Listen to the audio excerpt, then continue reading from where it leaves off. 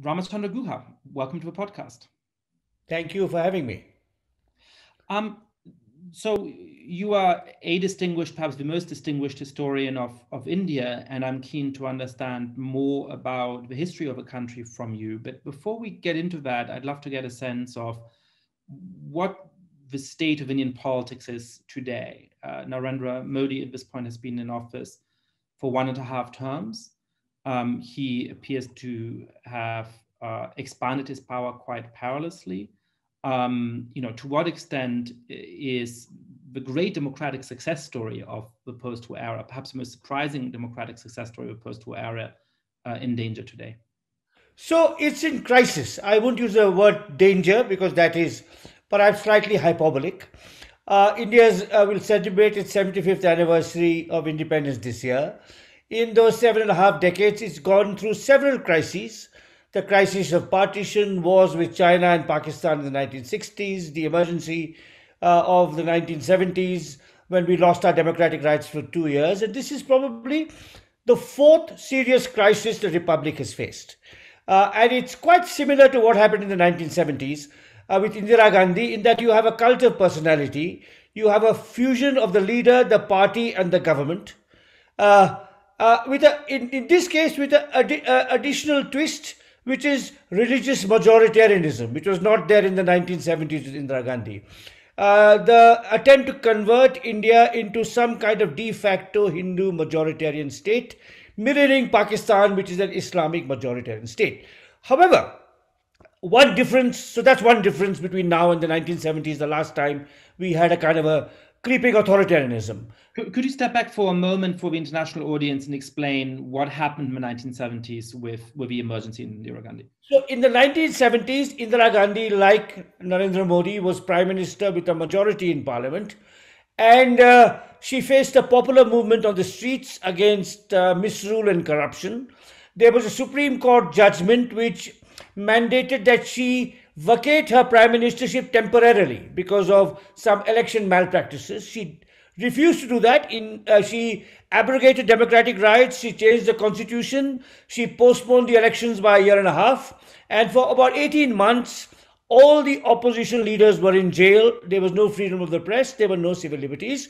But quite miraculously and surprisingly, Indira Gandhi, on her own, revoked the emergency, called elections, which she lost. Now, today we don't have an emergency. Some people speak of an undeclared emergency because there is a visible authoritarianism, there is a capitulation of independent institutions like the press and even the judiciary to the power of Narendra Modi and his party. However, I'll just add one caveat. Uh, Many parts of India, some important states, such as in the south and in Bengal, are not under the control of the BJP. So there are still spaces of opposition activity there. But the media has completely collapsed, and large sections of the judiciary as well. And that's really the problem.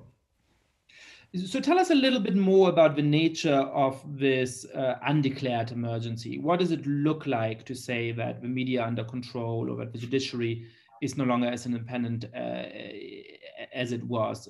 What concrete changes have taken place in India over the last 7 or 8 years? So, Yasha, the major television houses and the major newspapers in India, unlike in America, are owned by business houses that have other interests. So they may run chemical factories, steel mills, pharmaceutical companies, and also have a newspaper. So the government will start a tax raid on your chemical industry to bring you to your knees. Also, your newspapers are dependent on public advertisements, which don't come.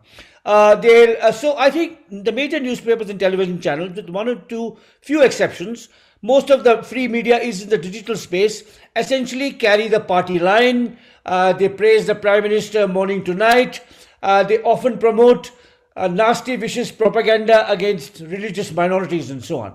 The judiciary acts somewhat differently. It takes up cases very slowly. So the special status of Kashmir, which was granted by the Indian Constitution, was abrogated more than 2 years ago, and a challenge to that has still not been heard by the Supreme Court. So it's more, rather, they don't really pass judgments in favor of the government, so they do that too. They don't take up difficult cases, and they should, instead of acting as a counter majoritarian court, they essentially largely do the government's bidding.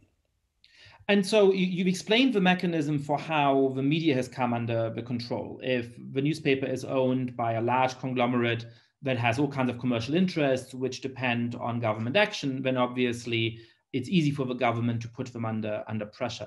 What about the judiciary? How is it that the Supreme Court has come to be controlled by the government Well, I won't say it's been controlled to the government, but it's been timid. Also, the government has in its powers, Yascha, the awarding of post-retirement sinecures to judges. So unlike in the United States, where Supreme Court judges are there for life, here Supreme Court judges retire at 65. But you could be appointed governor of a province, you could become chair of a commission with cabinet rank, retaining your perquisites and your bungalows in Delhi. You could become a member of the upper house, which has happened to recently to a chief justice. So there are various ways, inducements which are held out, which have made some, I wouldn't say all chief justices, but in the recent past, the last three chief justices preceding the present incumbent, have been extremely timid and I would say by and large pro-government. And of course, I don't want to speculate why that is, but the independents, they aren't independent, they aren't forthright, and above all, they delay important cases. So it'll be years and years before cases are heard. There's also a new legislation, professedly an anti-terrorist legislation, where bail is never granted and people can be picked up and incarcerated for years on end on extremely flimsy evidence. So, and bail is the exception in such cases under this Anti-Terror Act. Whereas the court should have really heard the act, probably declared it unconstitutional, so that such mass incarcerations of activists and dissenters are not allowed. I'm always struck by the cultural and sometimes political significance of these government-owned bungalows right in the center of New Delhi, and the inducement they provide to people to want to live in those beautiful places. What about the nature of religious majoritarianism, which you were saying was one of the real differences to the 1970s? What's the nature of that religious majoritarianism, and to what extent do you think Modi is succeeding in his ambition of turning India into a Hindu nation? Well, I don't know whether he's succeeding, but he and his party are certainly trying. So one axis is legislative. So you have the abrogation of the special status of Kashmir because it was the only Muslim majority province in India. So a spiteful act against the only Muslim majority province, you downgrade it to rather than a full state, it becomes like Puerto Rico, a kind of administered territory administered by the center. Right. A second way would be other laws, for example, a Citizenship Amendment Act, which provides Indian citizenship to any refugee so long he's not a Muslim. So Rohingyas who are persecuted can't become Indians, but Hindus who may be persecuted in Pakistan can become Indians. So clearly recognizing and Muslims as somehow not Indian enough, which is not just unconstitutional, but goes totally antithetical to the whole heritage of our freedom struggle. Finally, popular discourse. So there is at the moment a state election being conducted in Uttar Pradesh, which is our largest state, and the Chief Minister of Uttar Pradesh, who's from the BJP, and Amit Shah, who's Narendra Modi's Home Minister and second in command, have used explicitly majoritarian language, stigmatizing Muslims in their speech, in their advertisements, in their propaganda, and Modi has done it less so. So Modi allows everyone else to be visibly majoritarian and communal and visceral in their hatred of Muslims. He occasionally slips into that, but he'll pretend to be above the fray, whereas he actually isn't. And street violence, Yascha. So there's been a series of lynchings of Muslims over the last 7 years. In the last few months, I don't know whether you have noticed this or the Western press has noticed this, there have also been attacks against Christians. So in my home state, Karnataka in South India, where I live, there is an anti-conversion law explicitly aimed at Christians. In the lead up to Christmas, several churches were attacked. So, and there is no word from the Prime Minister or his ministers about this. There is no caution, there is no chastisement. In fact, there is tacit encouragement. What does an anti-conversion law consist of? So it essentially says, if it is an interfaith marriage, so if a Christian is marrying a Hindu, and even if the Hindu voluntarily wants to convert, they can be arrested without really any charge sheet and be charged by illegal conversion. But apart from this law, there's also vigilantism. So street hooligans attacking churches, not allowing Muslims to pray, and so on. Online abuse. So last week, some of the most prominent female Muslim journalists, there was an auction for them on social media. So kind of a totally ugly, kind of a misogynistic, patriarchal, alleged auction of these brave women who happen to be Muslim. And there is no word at all from the ruling party politicians about such debased behavior. Just as if they encourage it, as if they want Muslims to be stigmatized. Yeah. Well, one of my most favorite and least favorite terms in Indian political discourse, most favorite because it is bitterly funny, but least favorite because it is actually horrendous, is the idea of love jihad. So the idea of people wanting to, spread Muslim religion through love marriages in which they make their wives convert. I think that speaks to this fear about conversion, right? I think to quite get the significance of this religious majoritarianism, it's important to go back and understand the sort of nature of India's founding, which you've written movingly about. So why don't we go back not just 70 or 80 years, but a little bit further and explain to the audience what India looked like before independence, what India looked like before Gandhi, and then to understand sort of the nature of the founding and the way in which Modi is now trying to undermine that. So before I answer that, Yascha, just a caution. I think it's not just Modi. It's Modi, his party, the BJP, his allies like Amit Shah, and of course the Rashtriya Swayamsevak Sangh, which is a kind of a so-called cultural organization which really, directs the ideology of the BJP. So it would be a mistake to. Of course, there's a personality cult around Modi and he personalizes it, but it'd be a mistake to attribute all these shifts and changes simply to him. He's the vehicle, the manifestation, the leader of a massive project to reshape India. Now, to go back to, it's a long story and I don't know where to start, but one way to start is, of course... One of the features of this podcast is that we take our time. So tell the story in as much detail as you like. So one way to start would be the 19th century and British colonization. And among the majority Hindus, the British colonization, among the majority intellectuals of the Hindu community, the British colonization provoked two kinds of responses. One was self-reflective. Why have we been colonized? Because we haven't adopted modern technology, we've been ossified, conservative, set in our ways, we have treated our women badly, we have a caste hierarchy in which we have a section of our community who are treated as untouchables. So you had Hindus who were social reformers trying to make Hindu society in particular and Indian society in general come to terms with the modern world and the economic and political and moral challenges of the modern world. A second reaction would be no. We have been colonized because we weren't organized enough. We weren't cohesive enough.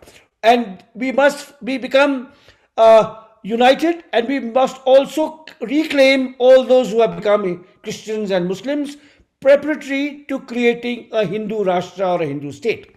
And both these, the Hindu reformist reaction and the Hindu revivalist reaction, start in the 19th century. And of course, at the same time, among the Muslims, who before partition took place were more than 30% of India, so very large, there were similar tensions between reform and revivalism. And a very important, critical, and in retrospect, very damaging move by the British authorities was to introduce separate electorates for Muslims so that Muslims only vote for Muslims. And that created a sense of separatism among the Muslim intelligentsia, which eventually led to Pakistan. And this, of course, created, on the one hand, you had Gandhi who said, even if partition takes place, the Muslims and Christians who stay behind would have equal rights because we don't believe in a denominational state, in a theocratic state.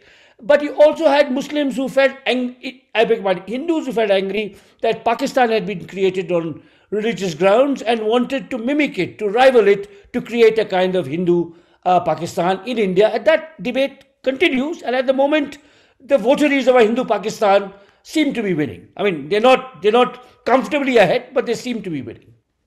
So going back, when you look at the sort of debate between the reformists and the revivalists, what role do each of them play in the independence movement that starts to really gain strength in the first half of the 20th century?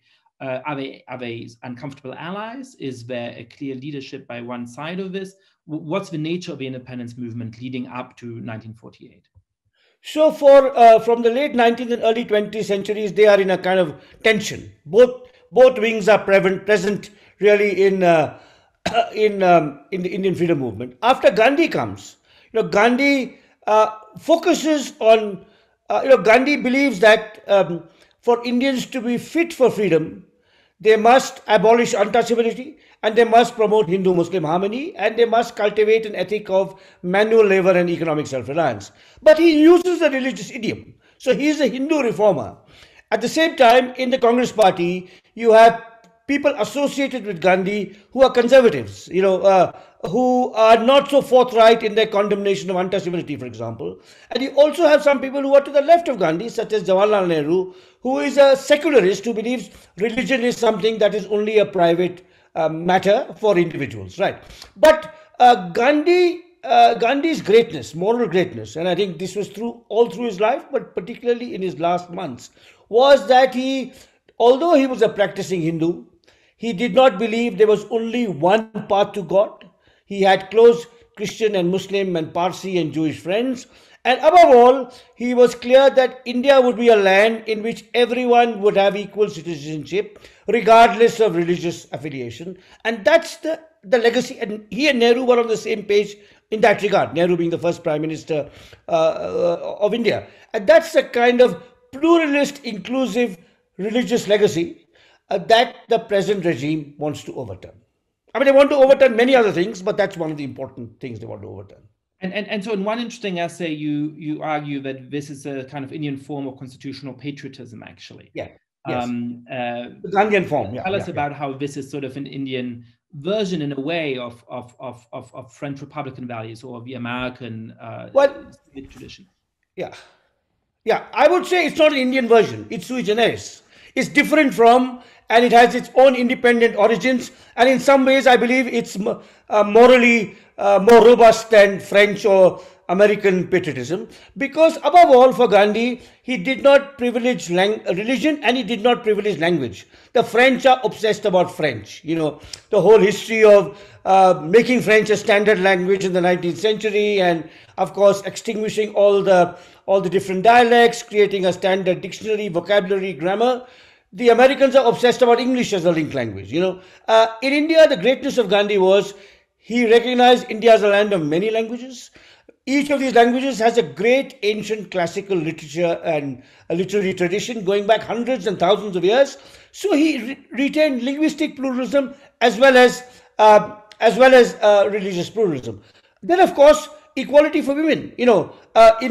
At least in theory. In practice, it took a very long time to achieve. But I would like to remind your listeners, Yascha, or to tell them that in 1925, the Indian National Congress, the main political party in India, had a female president.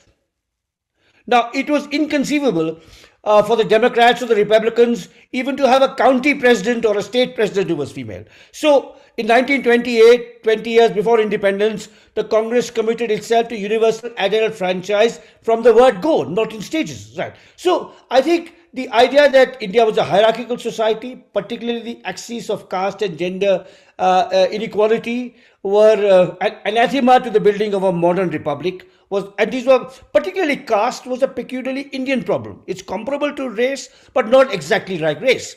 And at our founding, we tackled caste head on, whereas, of course, the American founders did not, basically ignored the problem of race in their founding. So it was a particular form of what I call constitutional patriotism. You can call it something else, which talked about values, which did not impose ethnic or linguistic or religious homogeneity, and above all, was not premised on an enemy. Indian nationalism was not defined by hatred of Pakistan. Today it is. Today it's becoming that. And Modi and Shah and the BJP would like that. But it was defined by adherence to a certain set of values, which the founders of the Republic felt would enable India to hold its own in an ever-changing, complex, interdependent world.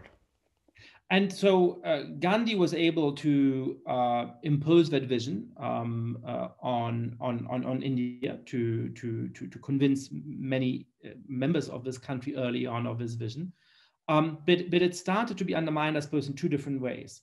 One is the choice by key Muslim leaders that they did not want to be part of that multi-confessional India, but they wanted a state of their own. And then later, I suppose, the resistance within parts of Hindu society who said, no, actually, we want to follow suit. But tell us first about the nature of partition and the bloodshed and the split of Pakistan. I mean, but again, a caution about the dangers of excessively personalizing anything. So just as what's happening in India today is by no means the handiwork of Modi alone, the freedom movement and the constitutional patriotism that was encoded in the Indian Republic was by no means the handiwork of Gandhi alone. You know, there were many great leaders, B.R. Ambedkar, the chief draftsman of the Indian Constitution, a visionary lawyer, scholar from an untouchable background, who was not part of the Congress party but was brought into the cabinet, is one such figure. Rabindranath Tagore, the great poet, who was a precocious early critic of jingoistic nationalism. His lectures on nationalism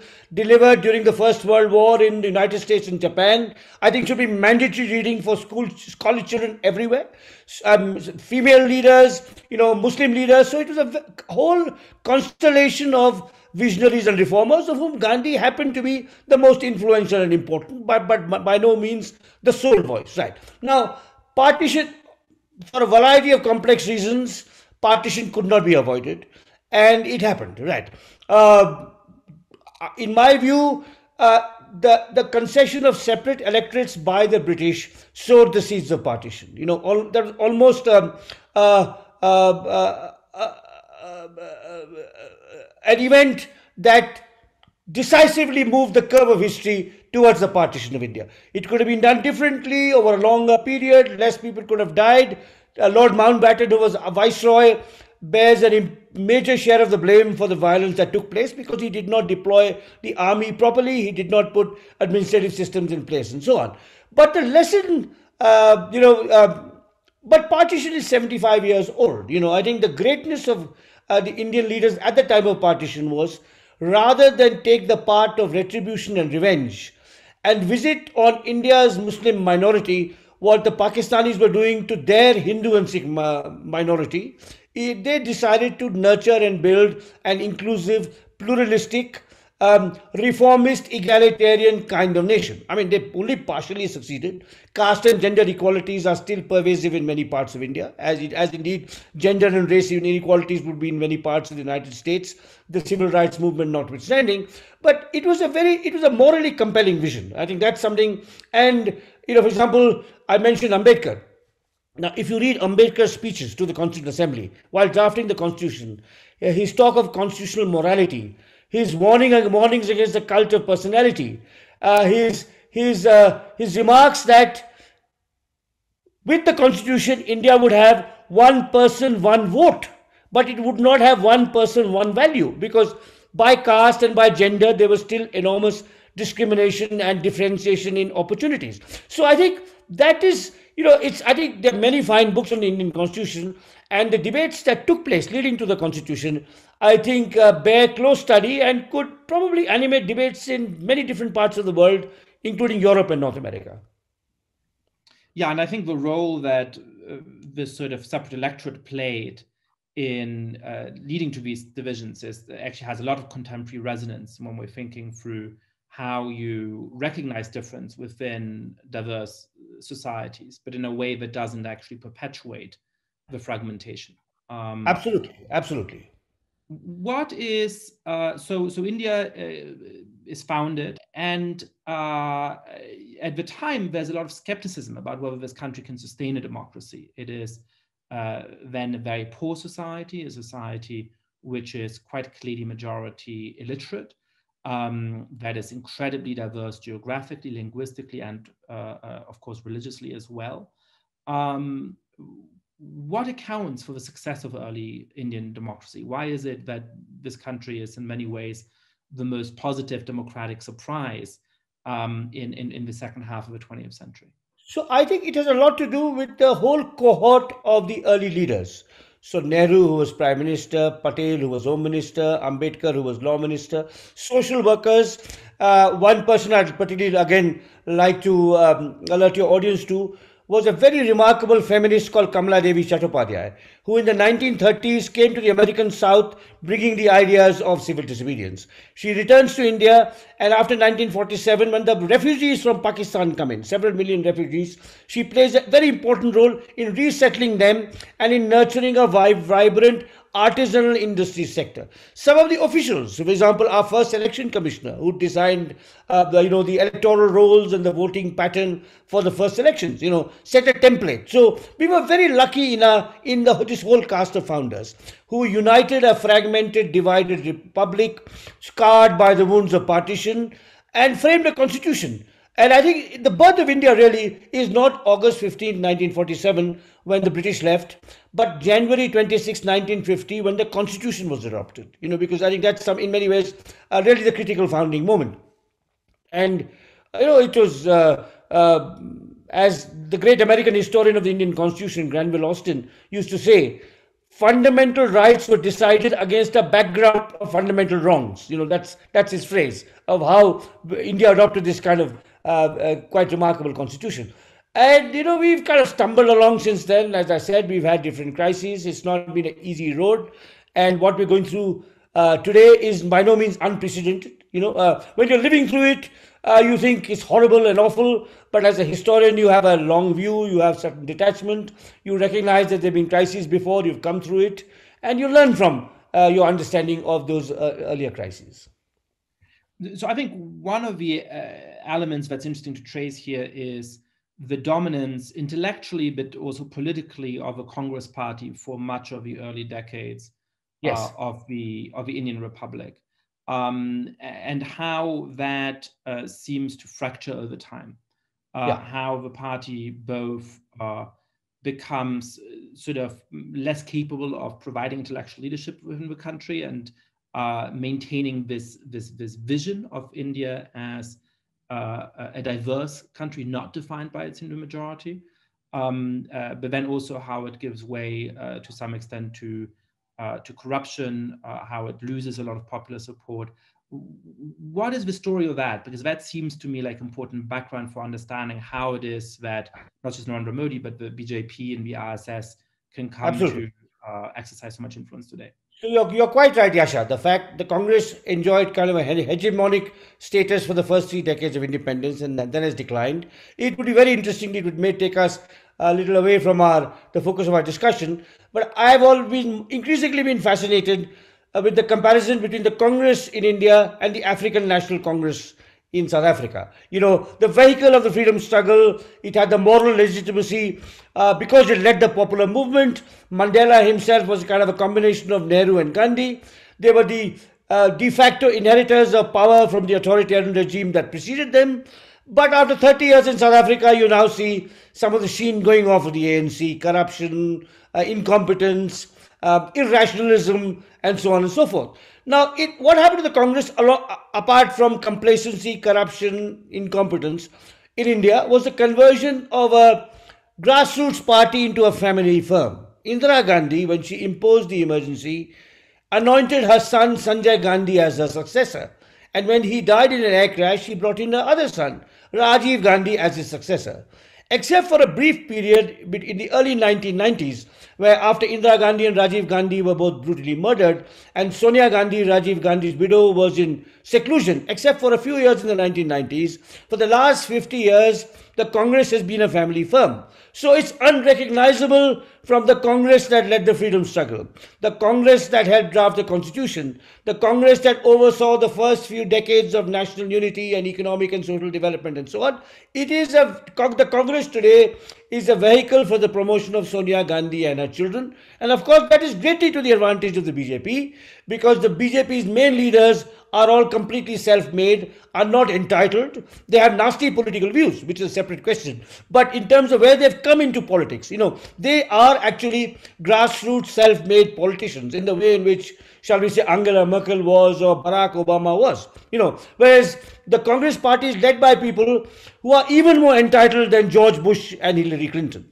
They come from dynasties that have been entrenched for decades. And I think that is part of the crisis we are facing today, is that the Congress party under the Gandhis are Narendra Modi and the BJP's strongest allies.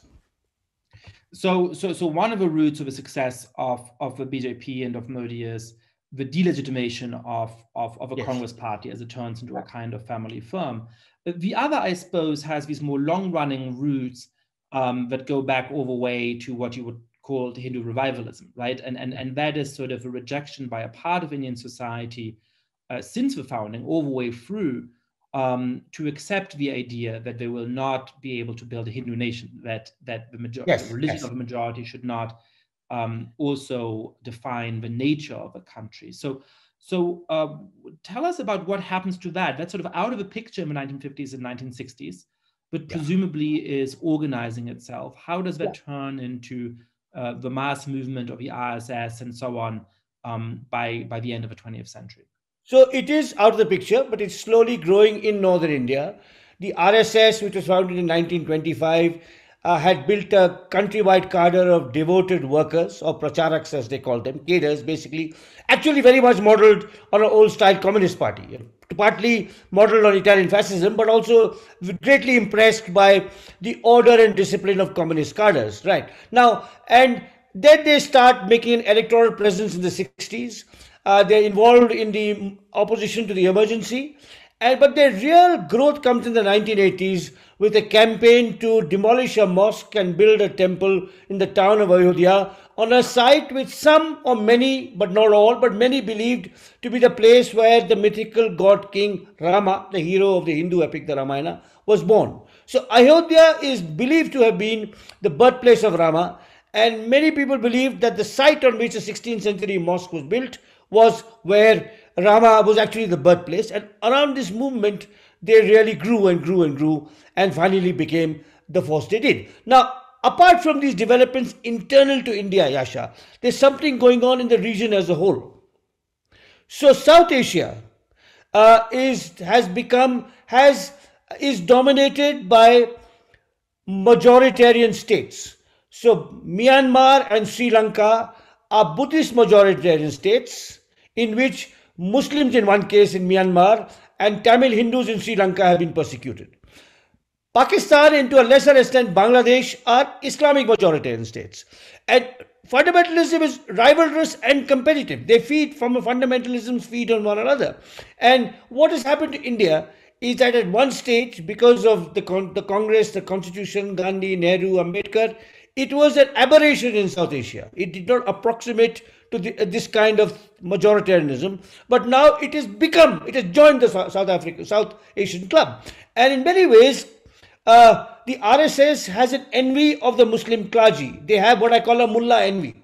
The mullahs can tell Muslim women, you can't dress like this, you must only wear this. They can say, this play offends the Prophet, so it must be banned. And the RSS has the same kind of, this is anti-Hindu. So now there's a whole wave of attacks on comedians, satirists, plays, which allegedly portray Hindu gods in an unfamiliar light. It's love jihad, which means women can't choose whom they marry. You can't choose what you eat. You can't choose how you dress. So there's a kind of envy of what the Islamic clergy has done in the most reactionary Muslim countries, and which includes not just Pakistan, but Iran and places in the Gulf and so on. So Hindu males want to assert themselves over Hindu women, of course, but also about other Hindus. They want to lay down the law. They're becoming, as one historian wrote many years ago, they're becoming more and more Semitic. Hinduism never really had one church, one religion, one language, one temple. It never had any consideration of blasphemy. If you look at our, ancient temples, they're kind of playful. If you look at, actually, traditionally, gay love was valorized in many parts of ancient India, but attacks on homosexuals, all kinds of things have, come in, as a result of this desperate desire by Hindu figures to imitate, I would say, the worst of Islam and the worst of medieval Christianity. That's very interesting. And so you get the growth of the RSS into a mass movement.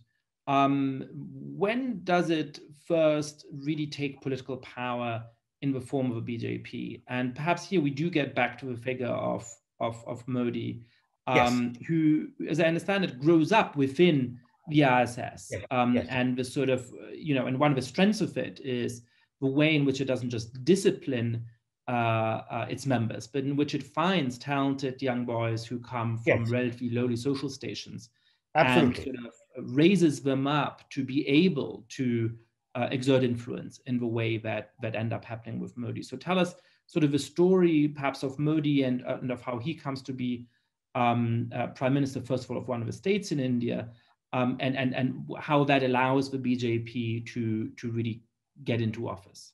Yeah, so I'll come to Modi in a minute, but the BJP, I first have to talk about the BJP's predecessor, which was the Jan Sangh, which was a Hindu first party active in the 50s and 60s with modest success. In the 1970s, when Indira Gandhi imposed the emergency, 4 different opposition parties united.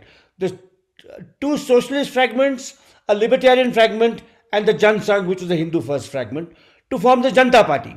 And the Janata Party was in power in New Delhi from 77 to 1980. And Atal Bihari Vajpayee, later to become the first BJP Prime Minister, was the Janata Party's foreign minister. Then the Janata Party broke up and the Jan Sangh was reborn as the Bharatiya Janata Party. In the 1980s, it launched this movement to reclaim this mosque for a Hindu temple. And Modi was an important organizer of that movement. The leader of that movement was a hardliner called Lal Krishna Advani. And Modi organized his route. His route through densely populated Hindu-Muslim areas, making provocative speeches and polarizing opinion and so on.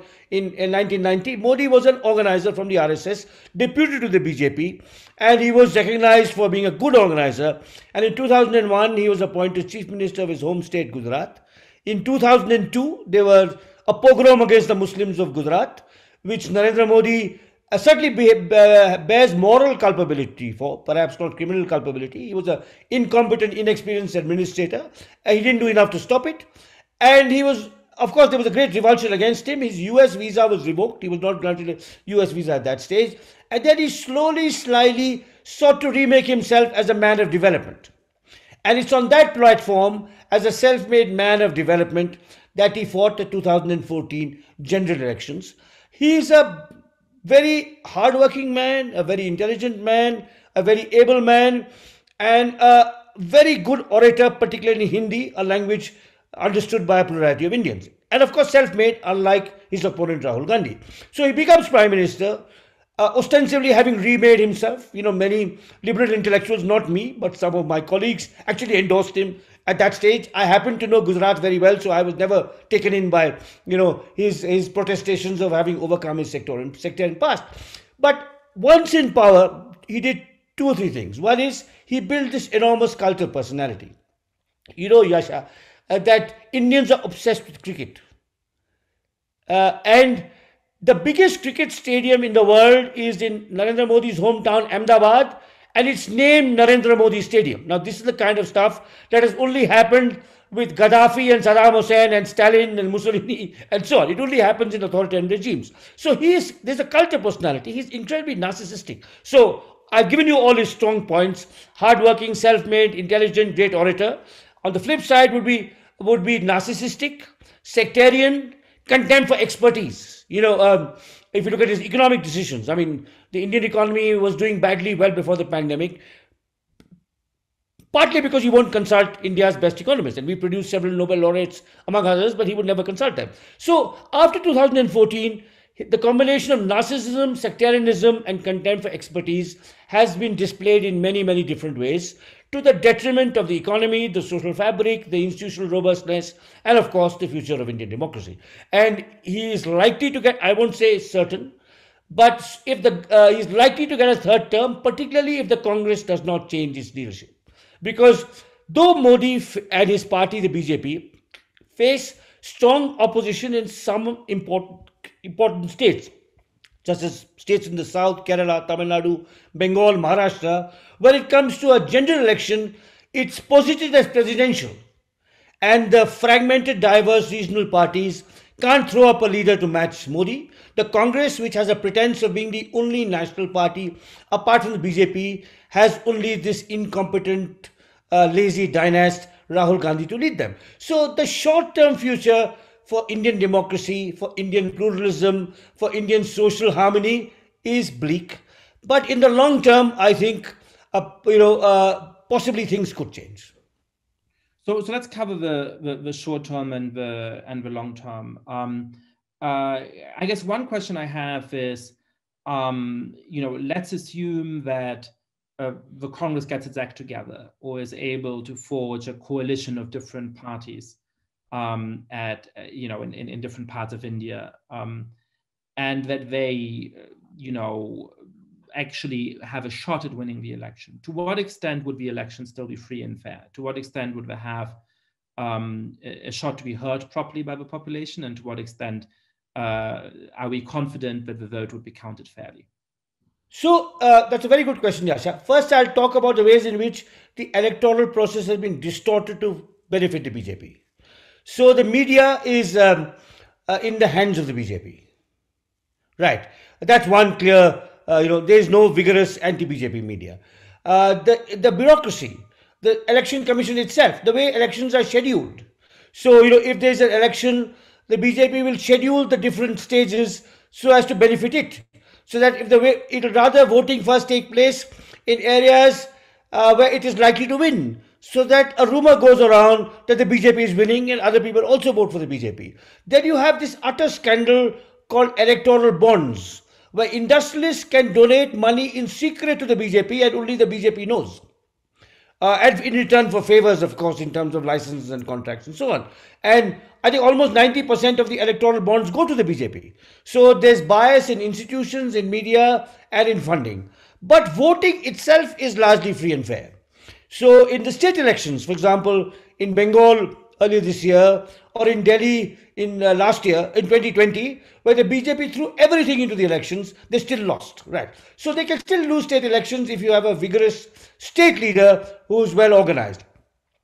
At the national level, the Congress remains a stumbling block because Sonia Gandhi is determined that only Rahul Gandhi can lead the opposition and no other leader of an opposition party has the remotest respect for or trust in Rahul Gandhi. So if there is to be a viable opposition coming together, a collection of different fragments, it can only be, at the moment, there's an impasse because the Gandhis won't leave the leadership of the Congress and the other parties won't accept the Congress as being the principal face of the opposition.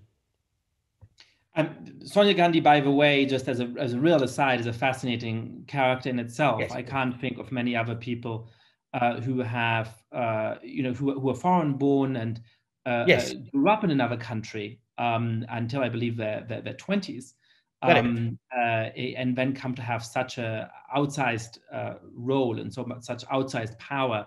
Absolutely. In a country for so long. Sonia Gandhi, as I understand, is an Italian woman in origin who met kind of here of the Gandhi family in Cambridge in England, and then after his death sort of became the family matriarch in a certain kind of way. It's a sort of remarkable story that she's a person who still holds sort of so much influence over the opposition in India at this key moment.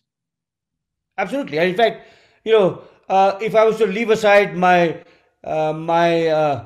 life as a citizen and as a Democrat, and think of my life as a historian and as a biographer, Narendra Modi and Sonia Gandhi are both incredibly fascinating in very different ways. I think maybe, it's too late for me. I'm in my mid-60s and I'm too involved in thinking and writing about India. But one day a younger historian will write a dual biography of, like you had Alan Bullock's Hitler and Stalin. You'll have someone doing Modi and Sonia Gandhi. It'll be a fascinating and instructive contrast, because equally unlikely given where they started from, that these two people would exercise such an outsized influence on Indian politics for decades together.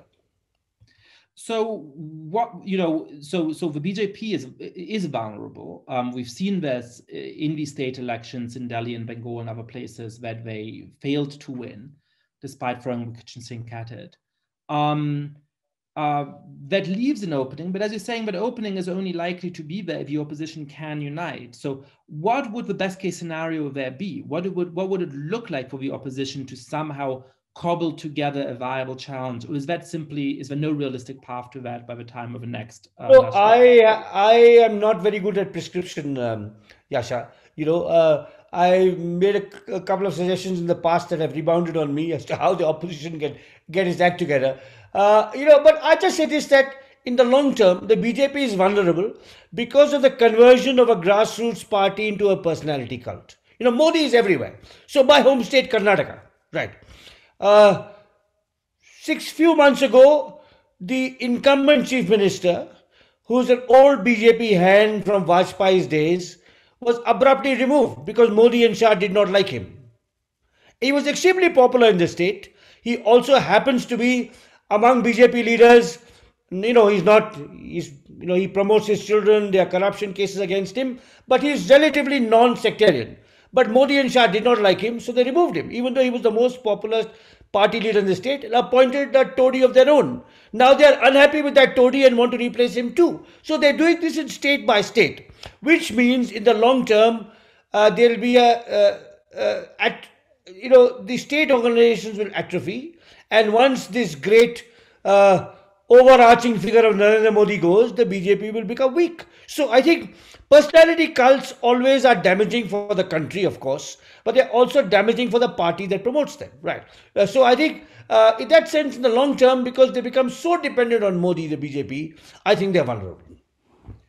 And so let's hope that Modi somehow loses elections eventually.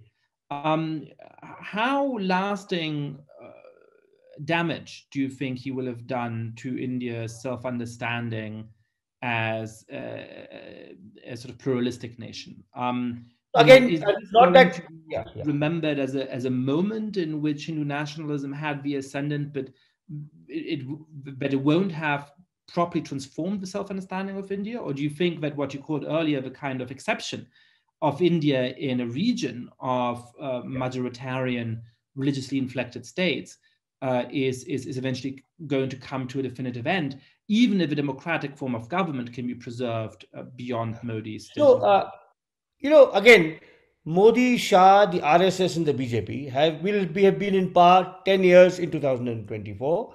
They are likely, not certain, but likely to get a third term. Right. Now, in these 15 years, they certainly would have weakened the social fabric, made Muslims and Christians more insecure. This is all well known. What is not as well known goes back to what I talked about, their contempt for expertise. So India had a robust, relatively robust for a third world country, scientific infrastructure. Now all kinds of crazy ideas from the ancient Hindu past are being promoted as modern science. So our great institutes our well-known institutes of science their morale has been destroyed. They are not doing independent research.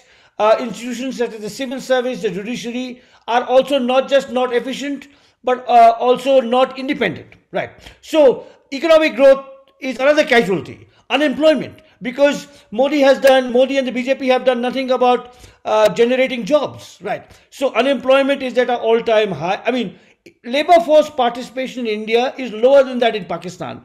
Women are being withdrawn from the labor force, Muslim and Hindu women. Female labor force participation in India is much lower than in Bangladesh.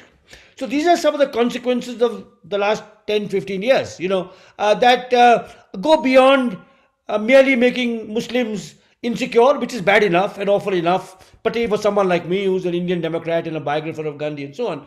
But I think institutional decline, the contempt for expertise, the growing flight of talent to the West, which is always there but is now going to accelerate. I think crony capitalism, there are two companies, Ambani and Adani, who have made windfall gains against Modi, under Modi. The pandemic has made them unimaginably rich. They're very close to the government. They get most of the prestigious contracts. So there isn't even a level playing field for entrepreneurs, right? So all this will add up.